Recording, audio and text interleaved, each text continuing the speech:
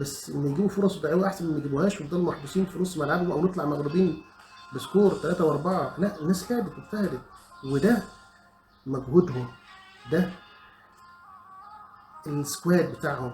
لما تلاقي واحد ب 50 مليون بيلعب جنب واحد ب 7 مليون ولا بمليون ولا بمليون ونص، في فرق، فرق سكواد، فرق سرعات، فرق مهارات، فرق موهبه، فرق تدريب، فرق اداره.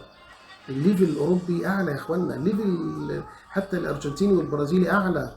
لازم نعترف بده. لما تيجي تحط نفسك في مقارنات مع سكواد وانديه ومستويات واسماء لعيبه وارقام، شيء مش طبيعي وشيء ظالم لينا.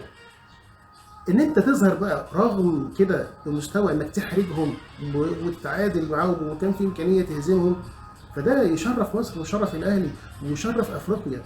ان انت اديت باداء رائع، كنت ند له، رغم ان انت كسكواد و اقل وعندك نواقص كتيره.